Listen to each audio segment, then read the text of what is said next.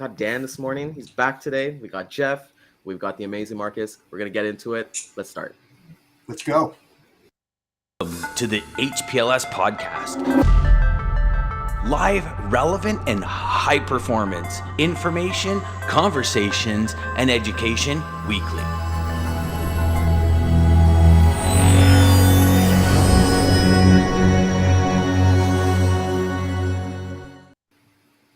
There we go. And Marcus put the phone down. You see that? Yeah, he did. I feel like we're playing the Brady Bunch today. Right on cue. I got to tell you, when I remember I was driving my daughter one day, and she said, my phone's going to die. I said, so plug it in and leave it alone. And she plugged in, and I go, I bet you cannot go a minute and a half without touching your phone. It's a minute and a half. Do it. And literally, she's like turned into a crackhead, right? She's like, I'm like, honey, don't touch it. After like a minute, she picked it up. She's like, I just got to see what's going on. I'm like, there you go. Yes, sir. Yes, sir. I've done that with my daughter too. Absolutely. Yeah. Well, say good morning, Lisa. Good morning, everybody watching this morning. We have the amazing Marques Ogden joining us today, the host of Get Authentic with Marques Ogden, one of the top 2% of listened podcasts right now. So congratulations. And I do have to say this, he is actually recently, last week, he's actually a 2022 induction Hall of Fame into the Howard University.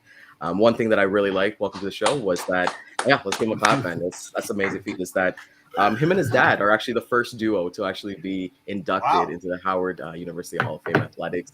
His dad actually still has the shot put record throw, I believe, since 1969. Is that correct, Marcus? That is correct. And I have one other thing to say. We're actually, it's all good. We're actually in the top 1.5% most listened to podcasts worldwide. We hit that at about 2.5 month mark, and we've been out now for 3 months. We launched June 22nd of this year. That's awesome, brother. Way to go. Awesome. Congratulations, man. Thank you. I saw that you got like Shea Hillenbrand coming up like next month, former Blue Jay. He's an amazing guy. Blue Jays are heading into the wild card tomorrow, I believe. So thanks a lot, man. Thanks for coming on the show. Today's Bend Don't Break. We got Dan, as everybody's kind of mentioning there. Welcome back, Dan. So nice to see you again, Jeff and I. So Marcus, let's get into it, brother. Like, let us know kind of what your story has been. Like, why are we here today in terms of like your podcast and everything like that? Yeah, so I'm a former NFL athlete. I was drafted by the Jacksonville Jaguars, played with the Jaguars, Ravens, Bills, Titans. I finished up my career in 07, 08. Then I ended up having a really hard time for about 6 months with what I'm going to do next. I got into alcohol, drug addiction, like painkillers, narcotics to make myself feel better, to self-medicate from all the pain I was going through. And finally, after about 6 months, I put the bottle down, put the painkillers down. I started Caden Premier Enterprises. We were a construction-based company, site work, earthwork, concrete demolition, based out of the Baltimore City area. We became the largest African-American owned subcontracting company in the city of Baltimore and the state of Maryland for 2 years. We were doing about close to $15 or $16 million a year in business. But unfortunately, as the company grew, my ego grew right along with it. And I became very self-centered. I became very arrogant. I became very focused on things that are what I call external motivating factors, like money, fame, notoriety, cars, things that you think mean everything, but actually mean absolutely nothing. And I ended up putting myself in a position where I was a dictator, not a leader. And my team picked up on that and became a toxic, negative culture. I do a lot of speaking now about culture. Culture is something you cannot see. It's not going to show up on a data report. It's not going to show up on a profit and loss statement. But if your culture is not strong, if it's not stable, then you will eventually have a business that is not self-sustaining, and you'll lose everything. Because if people aren't happy with the culture and don't feel that their values align with what the company's trying to do, you're going to lose. And that's what happened to me. And went from an 8-figure business annually to bankrupt, broke, lost everything. I had no money. I had both my cars repossessed in the same day when I moved to Raleigh. And I had to literally do anything and everything to try to make myself, and take care of my family. I was not married at the time. I had a girlfriend now I was engaged, who was my wife. I had a stepdaughter, and I had to take care of responsibility. So I was working at Merrill Lynch for a short time. I got fired from a construction company job. 5 days later, after I was fired from Merrill Lynch, I was fired twice in the same week. And the only job I could get was a custodian working for $8.25 an hour, graveyard shift, 10 p.m. till 5 a.m. in downtown Raleigh. Then I had what everybody calls, my spoiled milk moment, where somebody's trash and rotten meat and nasty protruding garbage got over my body, my skin, and my clothes. And that was my wake-up call. And I realized at that moment, if I don't get myself in a position of taking accountability and responsibility, then I'm going to always be right here for the rest of my life, talking about what I used to do, what I could have been, what I thought I could be. And I said, no more. And I said, let's try to figure out what to do. And I said, what can I do? And I said, I want to help people. I'm a good storyteller. I'm a good communicator. Let's start speaking. I had listened to a few podcasts by a guy named Tony Robbins at the time. I was like, oh, this sounds interesting. This should be pretty easy to do. Started the business. And for 2.5 years, not one paid job, not one. Finally got my first paid job in April 2016 from Miller Mock College, but still wasn't consistent. And I was actually about to quit speaking. And a good friend of mine, that's one of my best friends, Marlon Kerner, who at the time worked for the Buffalo Bills as their director of player engagement, he actually hired me to come and speak to the rookie class. So like Tre'Davious White and some of those other phenomenal rookies with the Bills. And when he hired me and paid me $2,500 to do a speaking job, I was like, wow, I'm making $2,500 for an hour of my time. And I get to travel on someone else's dime. I get to help these amazing rookies. I can do this. I can get ahead. I can help others. And that pushed me to keep going and going and going. And I finally got consistency. I got coached. I understood the business. So now in the last 6 years, our brand has spoken for approximately 45 Fortune 500 companies as a speaker. We are a consultant. We are a business coach, podcast host, brand ambassador.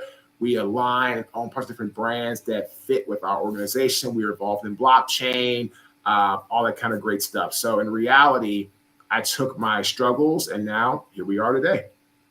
It's awesome. I love that story every time you tell it, brother. It is unbelievable. Yeah. Every time you tell it, it gets better. That's what happens when you tell your story all the time, right? Wow. That's it. Yeah, I think like it's like inspiring, right? Because like at the end of the day, like we kind of see that in the NFL. You kind of I remember I was telling Jeff yesterday that I was watching the ESPN series Broke the other day, and just all these like former athletes and just like the different things that they went through and the entourage and all that stuff. For you, Marcus, like I know you had like your moment where like you said when the garbage got on you and stuff like that. That was your hey, I need to change. Was there a point in your life where you decided, hey, I'm never, ever going to get back to where I was before? And like, does that motivate you daily? Like, what is that like train of thought in your mindset? So I'll never be a professional athlete again, which is fine. I mean, I'm okay with that. And what I do now in the work, I'm very blessed to have some amazing partners. A lady named Dawn Wiener is a phenomenal business partner. She's helped, Dan knows who she is. She's helped me with so many things. And she came in and we were just the two of us. Like, we didn't know what the hell we were doing. We were trying to figure things out. And we just kind of got in there and she kind of just wore all hats. She would do websites. She would do videos. She would do content, like, all this stuff. And then as we started to get some consistency, Dawn stayed by my side. She was always there to help encourage me. And then we brought on a great website guy. And then we finally found a good videographer. Then we finally found a great trademark and patent guy. We finally found a great external manager. We finally found a good marketing person. And so now we have built this team. And what I realized is that I'm never going to be a professional athlete again, which is, again, totally fine. But it doesn't mean that you can't have whatever success is for you because of things you are not going to do anymore. And so for me, I look at success is how many people can I help? How many people can listen to our podcast, get inspired? How many people can listen to a speech, want to go through a wall and actually put things into their life that can make sense for them to actually have results? How many people can I coach that, maybe you're stuck? I mean, I had a lady last night, we're going on a really, really big media platform, big media platform. And I kind of let some people know about it. And, she was like, wow, Marcus, I need you to coach me. I'm stuck. I don't like my job. I want to be an entrepreneur, but I'm getting no traction in my social media. I'm getting no traction in what I'm doing. And I said, that's very common because you got to think there's so many people on social media, right? LinkedIn, Facebook, all that.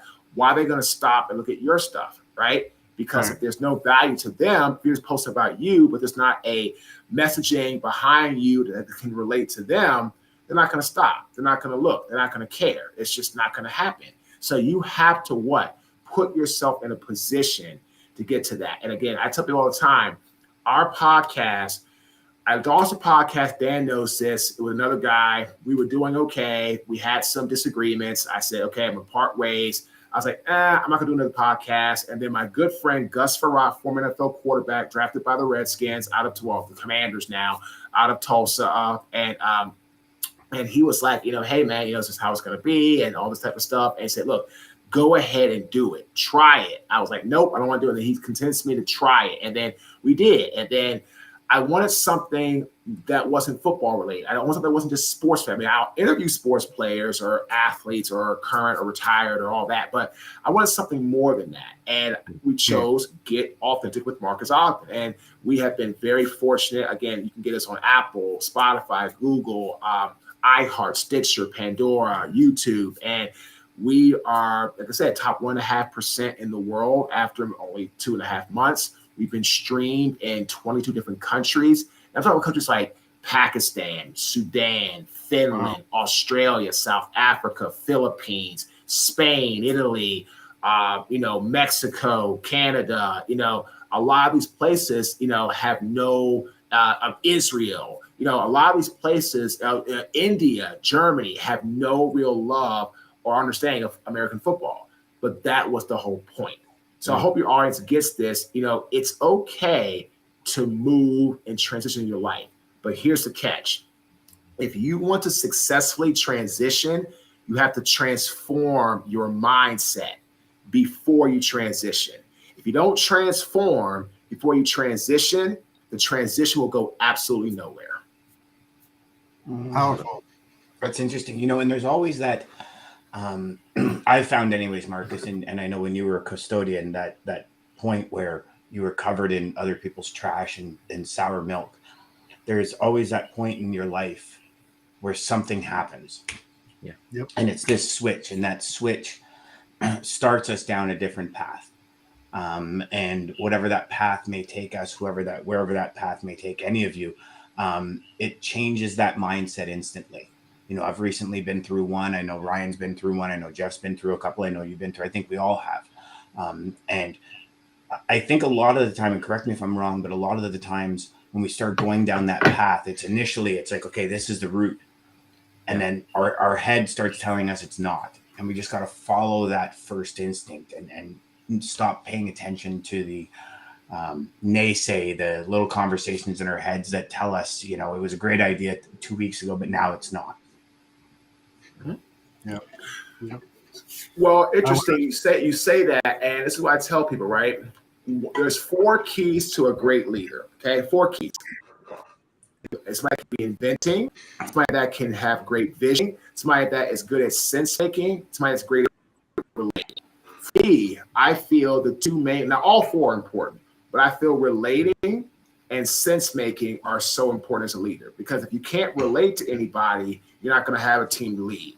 If you can't make sense out of things for people are going to get frustrated. They're going to just say, forget this, I'm done. You talk a lot about, mindset and adjustments and things happen in people's lives. Absolutely. One of the critical keys of a great leader is understanding that mindset is more important than execution.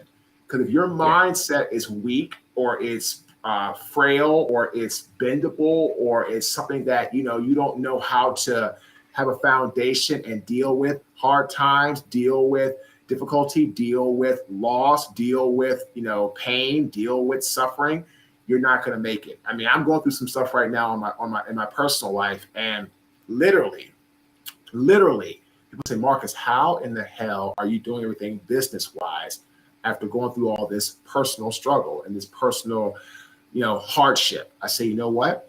At the end of the day, I have a responsibility to my clients, and I have a responsibility to the people I'm working with, that I can't allow something in my personal life to affect my business life, my business work, because that is to me a weak mindset. So if you're listening, you can never let your mindset ever get broken or ever lose the foundation. Because if you have, again, if you're trying to execute something and your mindset's not there or not strong, it won't work. I love that you say that, because like I'm on day 6 of 75 hard, which is like a mental toughness challenge. People think like it's a weight loss challenge, but it's a mental toughness challenge. And one of the things that Andy Frisella says is like, get rid of that. He calls it his bitch voice, but we won't say that. But he says, get rid of that voice in your head that tells you that you can't do it, right? And Marcus, I got a question for you, because I know, like you said, you went from you got your first gig, your first talking gig with the director of talent relations, I believe, with the Buffalo Bills. Can you take us through that? Because like a lot of us, like we want change, we want that mindset. How did that first, like even like the first couple, how did those first events go for you? What was running through your head? And was there any kind of self-doubt in your mind when those were happening? I know like after you got that $2,500, you're like, maybe I should do a little bit more. But what was the mindset, and what was kind of run through that for us? Yeah, before I do that, I want to look at Scott says that not just your mindset, but how to influence mindset as well. Scott, here's the thing, right? You influence your mindset by having a strong mindset first, right? Now, what I hope you mean is that I think what you're saying is phenomenal. And what I hope that I can tell you is that whomever is around you, right, will influence your mindset, right? If you have great people like Dan or Ryan, Jim, all these other people that are very positive, that are very uplifting, it'll influence your mindset to go to the top. If you hang around people that are negative, toxic, drama-filled, they want the negativity, right? Exactly. That's what's going to happen, right? You're going to become that. So what I'm going through right now, somebody in my life, they're around toxic, negative people. And the problem is they are just getting drugged into all the drama, all the crazy. That's making it hard for me to do business with that person, because like everybody's around you, right? So I just want to make sure. Scott's got an excellent point, but I believe influence of our mindset, right? We have to control our mindset. The influence of your mindset comes from who's around you and who you allow to speak into your life. Because if you have great people around you, you can keep going. If you have bad people around you, a lot of times you either get stagnant or you end up going down. But to answer your question earlier, Ryan, it was absolutely a nightmare starting out. Because I started 2013, all my free speeches, not all, a lot of my free speeches for corporate were not very good. There was no messaging, there was no ideology, there was no process, there was no systems. It was me going up there and just talking.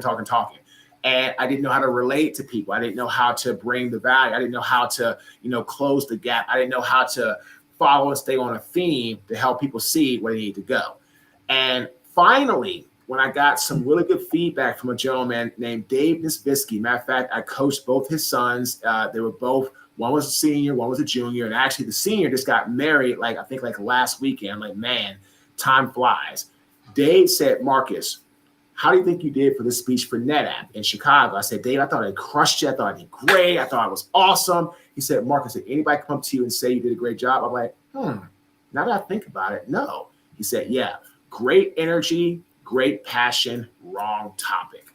You were talking about your business life. We are doctors, healthcare. We want to hear more about football and concussions, all that stuff. So for the first time, I realized, wow, speaking is just not going up there telling people what you think they need to hear or what you want to tell them.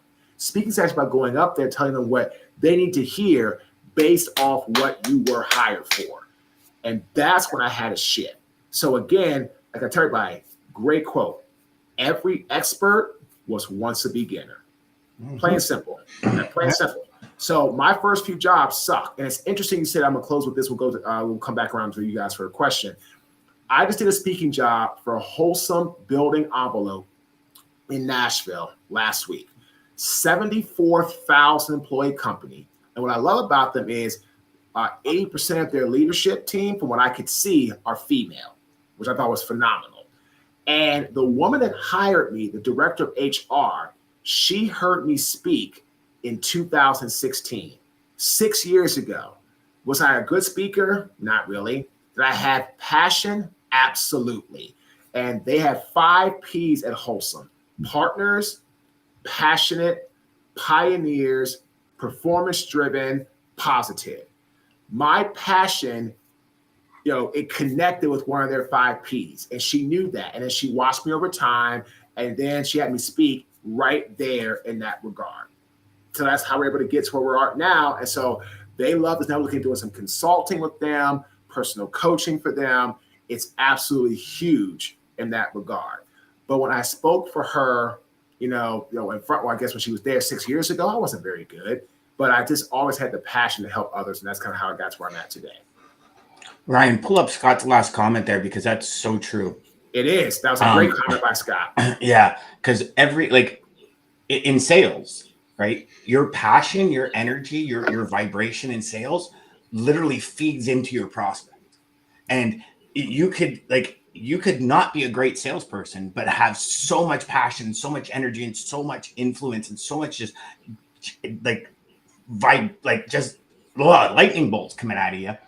And people feel that, and they want to be around that, and they want to have more of that. I've always said, leave people better when you get off the phone than when you get on the phone, regardless of what the status is. They don't want to do business with you, whatever it is. Make them feel better than they did when they got on the phone, and bang. I mean, it's crazy how much passion and really starts taking control. And Marcus, you're talking 6 years of passion that this person's watched your consistency, said, okay, it's time.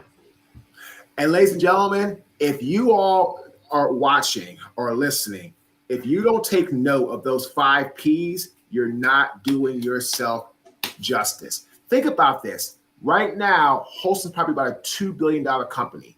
They're on a growth trajectory to be a $6 to $7 billion company in the next 3 years by buying up other companies. That's their strategy. So if you're not going to take their 5 P's of partners, right, of being passionate, right, of being a pioneer, being performance-driven and positive, put into your own business, into your own life, into your own strategy, shame on you. Because obviously what they're doing is working very, very well. Yep. And Marcus, going back to your comment about, the positivity and surrounding yourself not with toxic people. You are what you are in the stimulus that surrounds you. Close your inner circle. The past is the past. The present will determine your future. So be in the moment and practice, what you're saying, what you're saying, Marcus, because that's going to get you into the mindset that you need to be successful. We're going to get real here for a second, right? Let's do it. Name other than a sports base or an entertainment base. Name me an African-American podcaster that has a successful or a huge following. Okay, let's see. Those are quite a bit. The fact you all taking that long, Les Brown. Answer your own question. Les Brown. Les Brown, John Daman. Les Brown don't have a podcast. John Daman is, Daman John, by the way. Daman John. He that's entertainment. Daman John's entertainment. He's not, and Les Brown doesn't have a podcast. Les Brown doesn't have a podcast? No. Les Brown should have a podcast. Right? Should. Right. Tell me another African-American podcaster that has a huge following that's not sports-based or entertainment-based. Yes. Exactly. Yeah. Go and tell you. I could think of people like. No, I got one. Marques Ogden. There you go. That's awesome. That's right. Go get comments here. I was going to say that, but I said I'm not. No, I got to ask. Was that a setup question? Because I think that was that was a Hail Mary. He just kind of threw that down the middle. He had a little slant, and he's like there. But think about it, like so Ed Milet, has one, right? Ed Milet, Joe Rogan, right? You talk about Brendan Bouchard, right? I mean, Tony Robbins, right? That's what we're talking about. And what I'm saying is that what happens is if you want, I'm trying to be a pioneer, right? Could I do things all about sports? Sure, I could, right? But even though there's not a lot of us, it's a crowded space, right? Because if you want to go sports based, you got Pat McAfee, you've got, the Manning brothers, You've got, all that, which is great, right? Then African American, you've got like Shannon Sharp does a phenomenal job. My old teammate Fred Taylor, they have a great podcast, but it's all into sports or entertainment, right? So what I'm trying to do is break out and be a pioneer and say, hey, look, you can be an African American podcaster and talk about business, talk about authenticity, talk about life, right? It's going to take a little bit longer because people are going to be like, wow, this show is interesting. I don't know what could expect. But if you keep going, that's where you can go. Now think about it. Who are the people getting the big checks in this game? Joe Rogan makes what, $70 million a year off his podcast, give or take, right? That's huge, right? Jocko has a podcast. Jocko Wilkes has a huge podcast. He's making millions of dollars off of that, right? That's what I'm talking about, right? Here is exactly the point. The point is, I had to have the mindset, I had to have the passion to know I was starting something that was going to be a pioneer, and I had to get through the starting line to get to where I'm at now. And now we have a huge following, and we're doing great stuff, and people love our show, white, black, female, male, and that's the whole thing. How does Joe Rogan make the kind of money he makes? Because he has such a diverse audience base. Again, Fred Taylor's podcast is awesome, right? Shannon Sharp's is awesome. Now, Shannon Sharp, because he's on TV, can do a lot more and get more marketing, but Shannon's is awesome. They're awesome, right? But they go into one area. And what happens is people are like, well, Spotify or whomever, it's like, well, no, I like this, but it doesn't give enough reach. That's why they pay Joe Rogan all that money. He can reach so many different people because he has all types of guests, even like us this week, right? We had an FBI agent come out today, Philip Davis. I saw you like that, Dan and Ryan. That's right. Then we had Kevin Palmerini, who was a Caucasian top 1% podcast guy. And then we had, who was our other one we had? It's come on. I'm just checking out real quick now. And then we had Susan Wos came out this week. Susan Wos, a Caucasian female that is in the salon owning business. She's like she's a franchisor for a salon business. So a Caucasian female in the salon business, an African-American male that was a former FBI agent, now works with like social injustice issues, and Kevin Palmerini, a white Caucasian top 1% podcast guy, right? And I can go down the list. We've had like Amanda Banks to Misty Buck. I mean, you never know who's coming on our show. You never know. And I also think a big thing, like if you go back to Joe Rogan, the big thing for me when I would listen to Joe Rogan is, again, authenticity. He was himself. He'd call it like he sees it. But also what I found for the first time was it brought celebrities down to my level, if you will. And this is the one thing when it comes to like speakers on stage and stuff, because I don't know about you guys, but when I first started into the personal development game, I had the thoughts like, oh, well, sure, Tony Robbins is easy for you to say you own an island in Fiji, but not knowing he actually lived out of his car for like almost a year. And when these celebrities get brought down to a human level, I think we see them differently. If you listen to Joe Rogan, he talks about stuff that is not part of any skit or any gig or anything like that, which I think adds a different level to the podcast. Now, some of the stuff to talk about don't agree with, but again, that's perspective. Sure. We all have them and we're entitled to them. Right. But, and I think that's another, process, Marcus, is you're bringing people on that are from so many different niches, if you will, and so many different histories to come together and talk about, what got them there and what's the authentic leadership driven principles that got them there. And that's everyone that you bring on is going to connect with a different person, right? There's some people you're going to connect with today and some people are going to be like, yep, didn't connect with it. That's okay.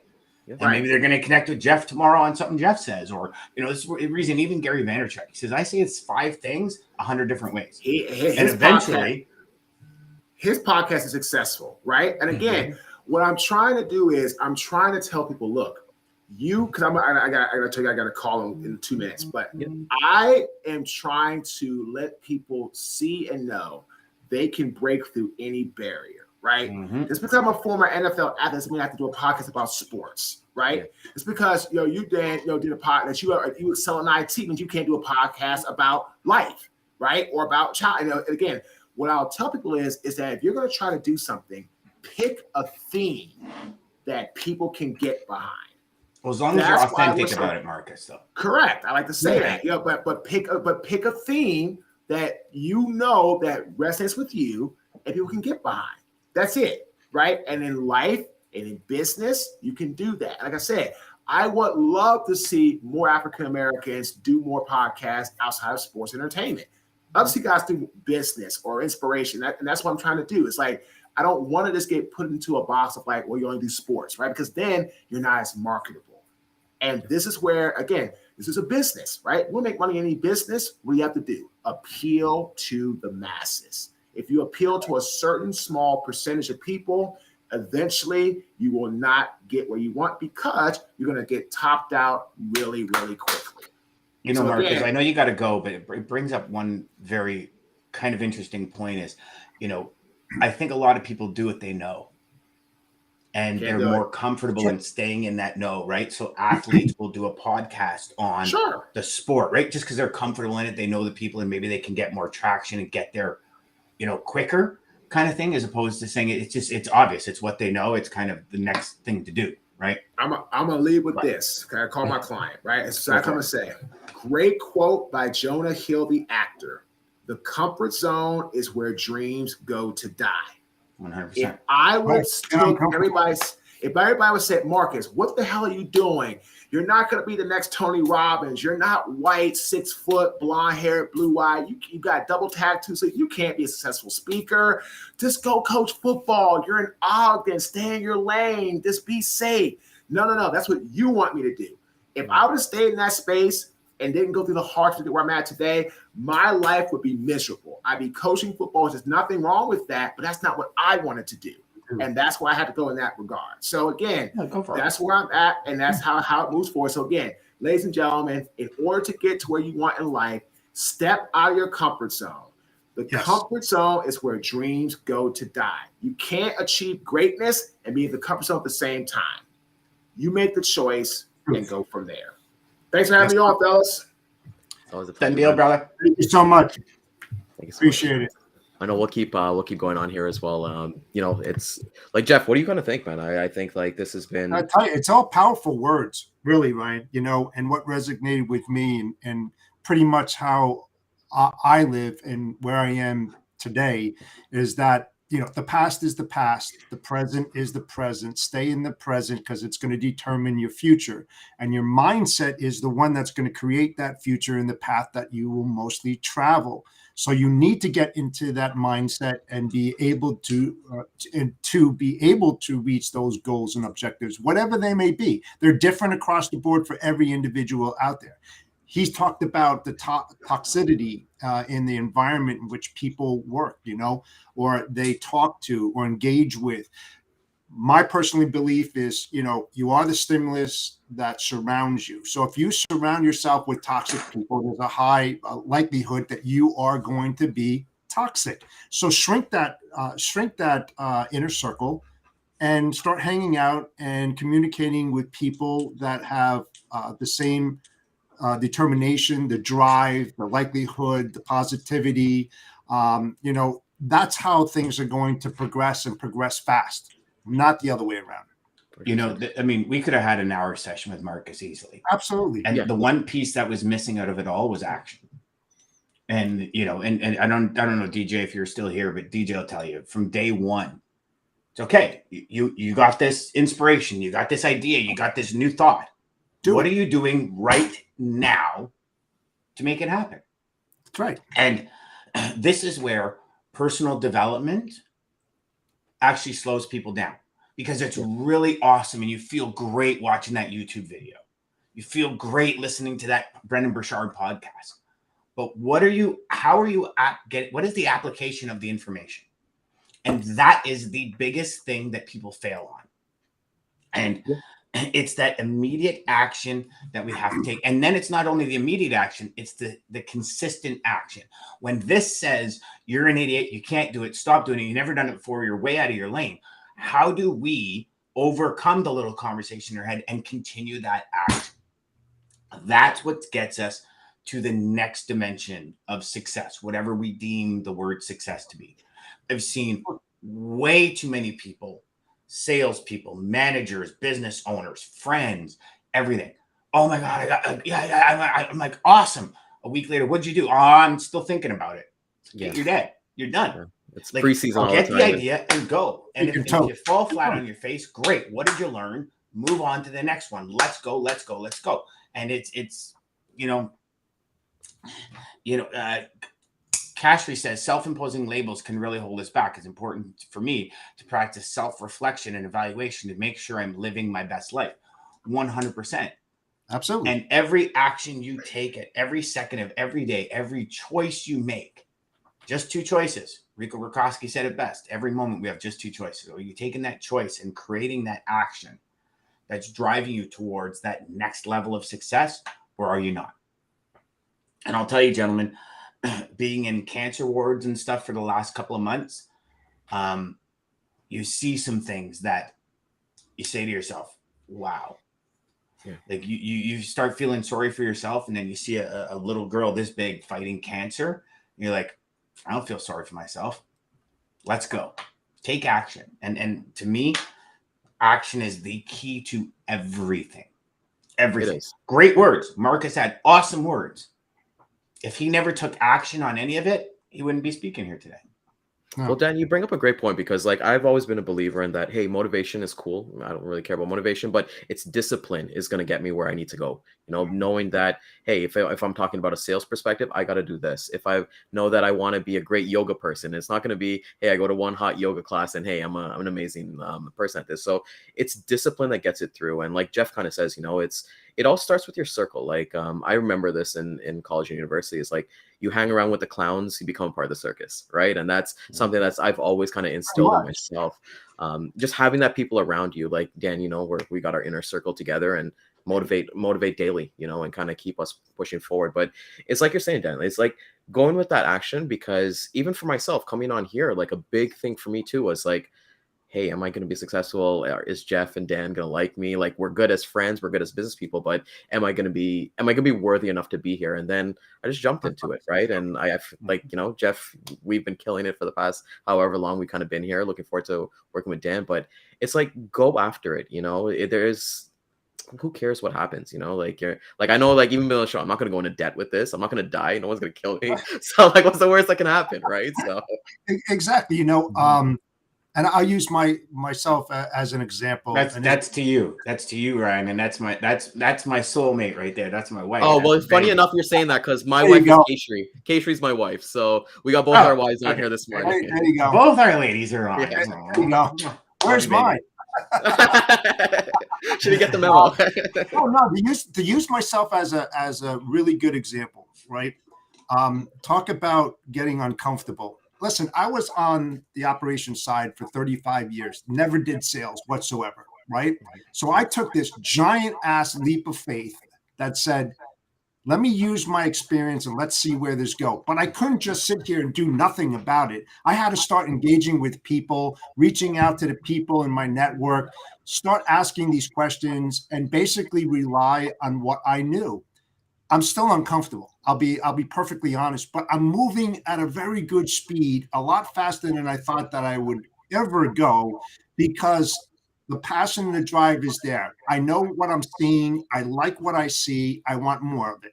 And, you know, even coming on the show and Dan inviting me to do this kind of stuff, I'm not the kind of guy that gets in front of a camera and does this kind of stuff. I am now, because it doesn't bother me. But those are the type of things that you have to do. To be successful, you have to get uncomfortable, and then you have to create that mindset, and you have to have that positivity. I live by my words when I say I look forward to Mondays on Thursdays and Fridays, because I can't wait for that day to come, because I know what's coming down the pipeline. I created that, and there's no better feeling when you get to that level, when you get those things coming down the pipeline and you feel that, you get re-energized and you want to go, go, go. And that's what it's all about. So take that leap of faith, you know, get uncomfortable, and you will enjoy every moment of it. I promise you. Jeff, think of this, and ask. And we have salespeople that are on the show that are listening. How many of you love cold calls? And let me rephrase that. How many of you loved cold calls when you first started? No one. It was terrifying. It was terrifying. I'm going to get hung up on. You know, DJ put here, motivation is what to get you started. Habits is what keeps you going. Yes. The action of the phone calls creates the habit. Without action, there is no habit. So you get one phone call and you're like, oh my God, that phone call went well. That creates the motivation for the next phone call. And then it just keeps rolling. But when you look at it, everything is terrifying when we first start. If you've never water skied, it's terrifying when you're in the water and you got the skis and then the boat pulls and you got to try and get up. If you've never wakeboarded, if you've never snowboarded, if you've never snowmobiled, if you've never, you know, Even like if you've never whatever driven a car, driven you a know? car. Yeah, we've all been through that. Everything is Exactly. terrifying because Well, the it thing pulls is us out of our comfort zone. But it's the action that we take that mitigates or flattens that terrifying curve and creates that next level. And Bob Proctor said it best. He says, here, listen, he says, you're on a wavelength, and say this wavelength is country. You're never going to hear rock and roll. And all personal development is we take action and we go to another wavelength. Mm-hmm. And we take action and we go to another wavelength. Or we don't take action, or we take the wrong action and we go to another wavelength. That's all it is. That's all it is. And when we simplify it, it becomes easy. You know, Ryan, you said something. You said, well, you know, I go out and I go after this and I'm not going to die. I'm not going to go broke. What if you do? Yeah, that's a good question. Like, what if you do? Okay. So what? Then you go back to the basics. Okay, that didn't work. Let's retool. Well, if I die, I don't think I could really, you know, like. No. We'll die. I said. You don't have to worry about it. Yeah, you don't want to do that. But I mean, with anything, right? We look at what we've experienced over the last couple of months. We're in the process of building one of the biggest things to hit our industry. Has it been tough? Have we hit roadblock after roadblock after roadblock? Yeah. But it's the inner circle that's going to bring this to life. Correct. And it's the continuous saying, okay, no, it's not good enough. It needs to be better. It needs to be better. It needs to be better. And it's that consistent action every day, regardless of what's happening. Yeah. And that's what's going to take us to the next level. Action. Yes. Jeff, you know, so all of you out there that have this idea and you want to do it, go do it. Yeah. And who cares if it's 1 hour a night or 2 hours a night and you got your day job and all this other stuff. I get that. And we've all been there. And I think we all are there. I mean, I remember starting high performance logistics sales while I was a salesperson at a company and literally saying to people, okay, well, I'm going to have a conference, and my manager calling me and saying, if you have that conference, you are fired. And I said, well, why? So, well, you're training salespeople. I go, but I'm a commissioned salesperson. I'm not an employee. I'm a commissioned salesperson. More so what does it have to do with it? And I'm having an argument with the bread and butter of my life, like my job, what brings in the money to help pay bills. And I'm having an argument because my side gig is more important because it's going to help 10,000 sales reps generate $1 million GP each. But and I had a huge fight with my company. I remember Christine and I, we were out on our anniversary up in the middle of nowhere, up in what do you call it? North Ontario. I forget. Anyways, just by the Indian Reserve North. And so, I mean, we're in the middle of nowhere. I'm surprised I had reception. I get a phone call saying, hey, you know, the COO just saw this ad on LinkedIn, this post on LinkedIn that you got like 5 seats left for this conference. You can't have it. And I'm like, what? What are you talking about? Of course I can. You don't control what I do on my spare time. This is at 6 o'clock at night. It has nothing to do with you. And that's the action that you have to be willing to take in order to create something successful. Because I believed in it. And I was willing to fight that fight because of my belief. It's important. It is. It is. But you know what? To what you said before, action and habits, where you have to make it a habit to have the action.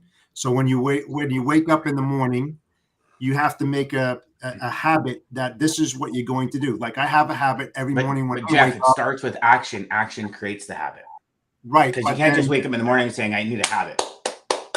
No, I'm going to disagree with that. I'm going to disagree with that because you've got to set action doesn't come before habit. You got to basically start, like, you've got to put in your mindset that, hey, I'm going to do this. Like, even for me, like something like, hey, if I'm going to start yoga or something like that, or we're going to start a new thing, it's going to be like, okay, I put that action into my mind and then I actually do it. And then the next day is where action takes over.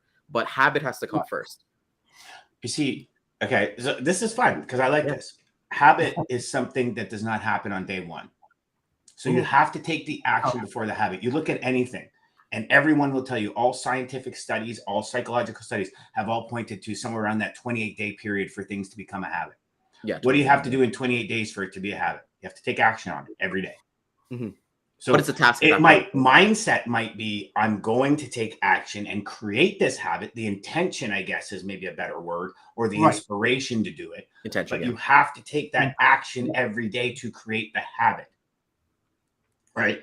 Just like if you go back to tying your shoes, and something as so simple as that, right?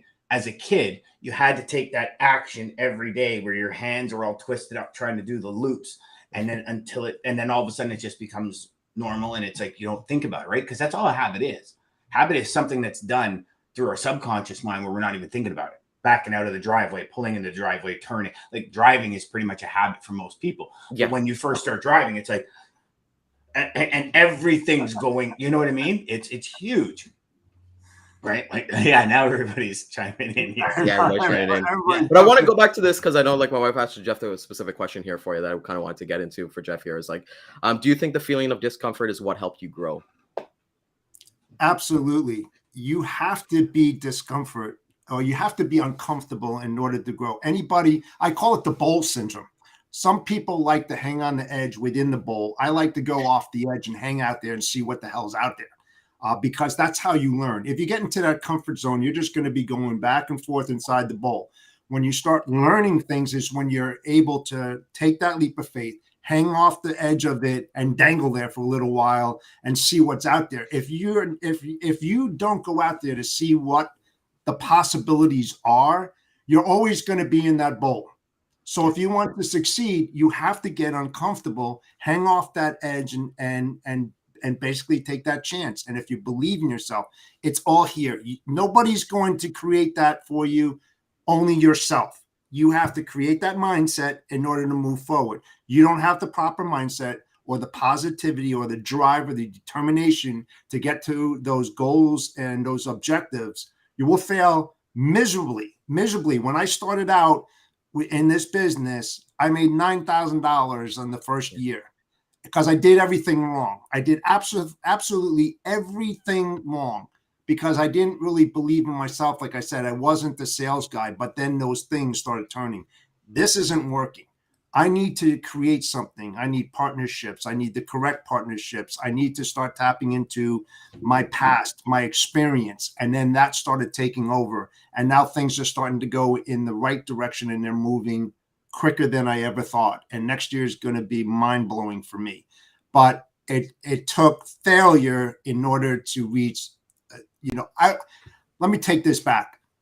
Am I successful? No, I don't think that I will ever be successful because what Dan said, success is only in the mind of those who want to believe whatever success is, right? I don't believe that there's a finish line because if there's a finish line, then you're done. But you're never done because you're always trying to reinvent yourself, solutions, whatever it might be, in order to move forward. If you stop dead and you stop thinking your creativity, your solutions, whatever it might be, you're not going to move anywhere. So that's why I've always said there is no finish line in logistics. I'm sorry. Anybody that believes that, they're dead wrong, okay? Because things are changing so rapidly, you have to keep on moving forward. Well, this is one of the downfalls with a lot of salespeople, and I've seen it thousands of times. They hit $5,000 a week, and they're like, "Oh man, I can't wait to hit 10," and then $5,000 they settle in and they start coasting. Yeah, and they start coasting, and that's their finish line, and they've arbitrarily created a finish line for themselves. And here's the really wild thing is, they get to $5,000, they're a good salesperson, they can sell. And then they coast for so long, they lose a couple of customers. They forget. Now they have to resell. Now they have to go through that whole process again of the belief in themselves. And do I suck? Am I really good at this? Can I really do this? Why is nobody listening to me? And not to mention, there's a second part of it that I found as well. And trust me, in the first part of my career, I coasted. I got up to $10,000 a week, and I was like, dude, I'm 18 years old and I'm making And just to add into that point, $10,000 a week. to add to that, Dan, it's just because it's your surroundings as well. Because even for Mhm. myself, we coasted too when the other guys, the other senior guys, were getting up to a certain point and they just coasted, right? Mhm. So it's like we're like, if my biggest thing, and we'll get back to you, is just that like the most I successful was when I was around people who were just banging out calls, banging out those emails. They were always hungry. Our floor sounded like a stock trading floor every single day. You wouldn't believe this, right? But when I was around the Trust seniors me, who didn't, boiler rooms who are didn't all rip over the logistics world. Yes. So there we go. But yeah, it's and it's, again, you talk inner circle, you talk taking action, right? You talk your inner circle, you have people around you banging out calls. You're going to feel less fearful of hearing a no because everybody else around you is hearing no. It's going to make you take that action. You're going to take that action. You're going to get better at it because you take it. It's a confidence, competence loop that's going to start building and creating the rings in your tree. And this is where all greatness, I'm not even going to say success, greatness comes from. Yeah. Is those around you are the key. And then you have that mindset. You believe in yourself, obviously. I mean, there's a multiple faucets that we have to really focus on and pay attention to. But the reality is, man, I've seen people pound out calls while everybody else isn't because they're in their own zone and they're saying, you know what, I'm done. I got to do my own thing and I don't need people around. But those people that are doing it have phone calls with people that are, progressive. They have lunches with people that are progressive. So they're creating their own community, not necessarily in their department. Because I'll tell you, and when I was in my last sales gig, I didn't talk to very many people in the company. I wasn't that guy that stood around the water cooler. Like I was there on a mission. And it negatively impacted some people. They're like, oh, Dan, thinks he's all that in a bag of chips. I'm like, no, I just don't have time to talk about a person that cut you off for 30 minutes this morning. I got things to do. I got a mission to accomplish. I got goals to achieve. And I'm going to sit in my office and I would put on, an audiobook. That was who I would surround myself with. And I think personally, as long as you're taking the action, that's fine. They don't have to be like you guys where I can call you up at the drop of the dime. They can be the Tony Robbins of the world with a great message. They can be certain people, but you just surround yourself with those messages of people that bring you forward. And then you need one or two people where you can run ideas by and, actually communicate with. But, it's this amalgamation of this works for me, this works for me, this works for me. Things that work for me might not work for the two of you. 100%. Yeah. Right. And it's finding your balance. It's finding what that happy medium is that keeps you going. Yeah, it's that me versus me kind of lifestyle, right? It's really, when you look at the mirror, like when you go to the gym, you're not looking at the jacked guy with all the muscles and stuff and be like, oh shit, it's me versus him. You're looking at the mirror. It's like, hey, progression. You look at the scale. You're looking at what you're Ryan, eating, the problem is most people look at the jacked guy and go, it's me versus him, right? Like think about it. Yeah. Anytime you go into something you don't know, we as humans, we tend to compare ourselves against somebody that's really good at it. Yes. 100%. Right? Like you talk marketing, you talk sales. I suck at sales. Oh, but this guy down there that's doing $1 million a year, he's awesome. Really? Well, what about the guy that's right beside you? We tend not to do that, right? And it's crazy. It's crazy how the mind does that to us. Yeah, but something, to Ryan's statement there. Seriously, you are your own worst enemy. That's what it comes down to. You will self-destruct with that kind of mindset. You really don't compare others. They don't F them, man. I'm telling you right now, it's about you, not about them. That's what it comes down to. It's that, going back to that mindset. What are you comparing against? You're going always, there's no apples to apples or oranges to oranges. It's apples to oranges, oranges to apples. You are your own self-made person. Nobody creates you.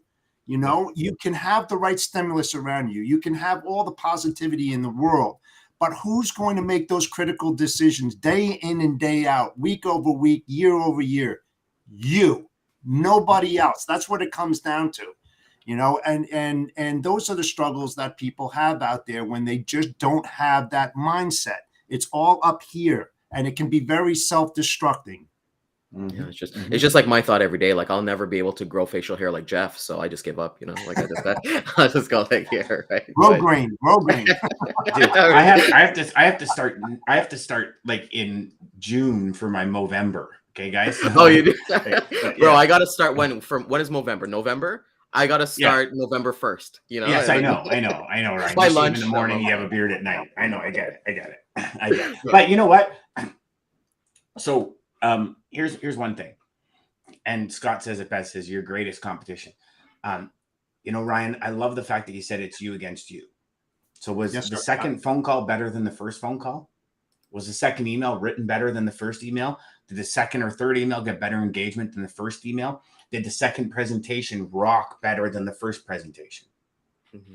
And if we focus on that and just focus on getting better at what we do, at what we can bring to the table, you know, you're going to find it, right? Like think about it, just in logistics, okay? 12% of the global GDP is logistics. Okay. It's like $178 trillion or something stupid is this industry.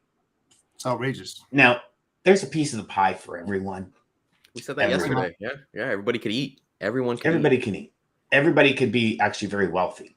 Forget about eating. Everybody can do the surf and turf shit, right? Like I'm telling you, this industry is the greatest industry on the planet because everything you see, smell, touch, pretty much has hit a truck.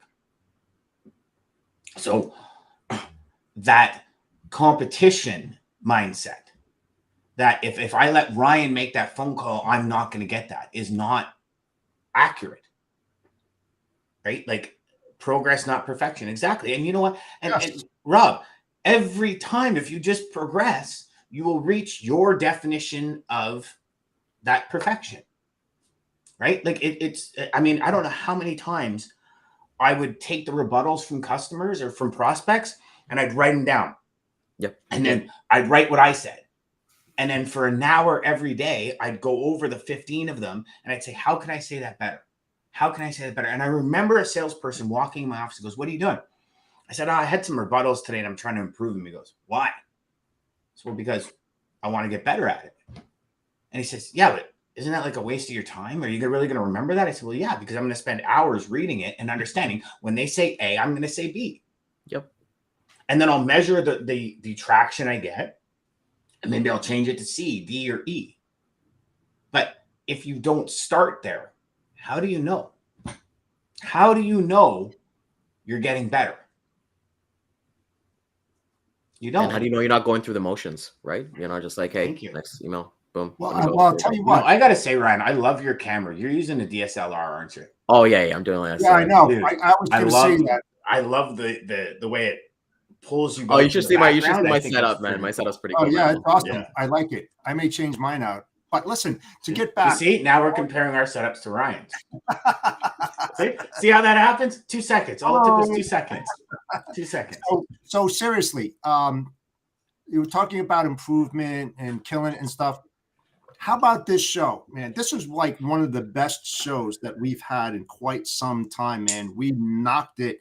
I mean, these are the kind of things that pump me up when we get into these conversations. I mean, whoever doubts that this show wasn't good, I'd love to hear from them because, man, this was kick-ass. It really was. I mean, it was a great conversation. And if this is called success, then I would say this is a successful show if you're basing on something, because this was really a good show. I don't know how you people that it didn't do anything for. And that's fine. Yeah, that's fine. Yeah. This was good. I think we hit a lot of good points. Mm-hmm. Yeah, I think the big takeaway is like, we're just not going to be for everybody. And it's just like when it comes out to our logistics, right? We're just not. But that's another topic. I know we're getting to an hour here. I know we got things to do. But Dan, we missed you, man. We missed you. Thanks. You know what? It's so glad to see you. I'm really happy my voice has lasted. I was really afraid. It's been a fucking nightmare for the last couple of weeks, but I'm getting back to the energy levels starting to rise. Not really where I want it to be. I'm still kind of at a 4 instead of a 10, but it's okay. It'll come. Some days you can be. Thank you, man. Thank you for taking the time off.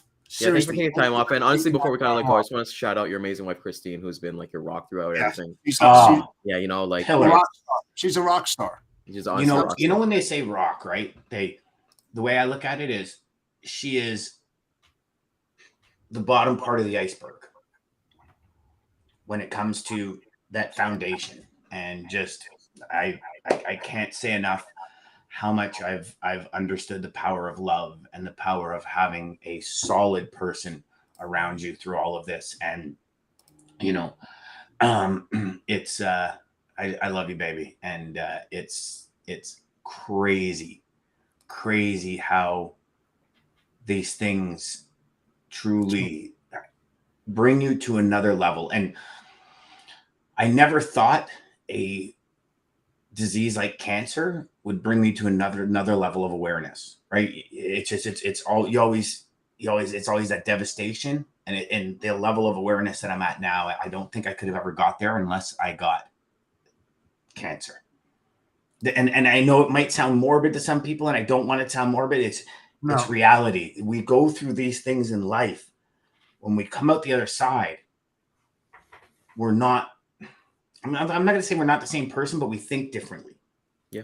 And that thought process is now going to bring me to the next level of my life, because, I mean, yeah, she's just awesome. You're the best, baby. I love you to death. There's no better than that. So want to thank everybody for coming out this morning. Today was a jam-packed episode. If you found value in it, please share it with somebody that you think could help their day. Please comment, please like it, please give us some more questions that we can definitely help your day out more. We'll be hitting the replay at 12 p.m. Eastern time and 3 p.m. Eastern time on all social channels such as LinkedIn, Facebook, and YouTube. Tomorrow is going to be wins and lessons. I know we're going to have Dan tomorrow, and we'll get more into that of kind of his wins and lessons over the past couple months. And Jeff, always a pleasure, brother. We've been here, brother. You know, it's thank you, Marcus, again for coming this morning, and thank you, Dan. Love you guys. Thank you, See you boys. guys tomorrow. Love it. Have a great day. Centurion Trucking, our motto is people before profit. Today's market requires more transparency, consistency, and focus on what our clients need to win. Centurion Trucking and American Logistics are poised to help their clients achieve and surpass their targets. If you're looking for a team that honors your needs, dreams, and aspirations, then get a hold of Daman at American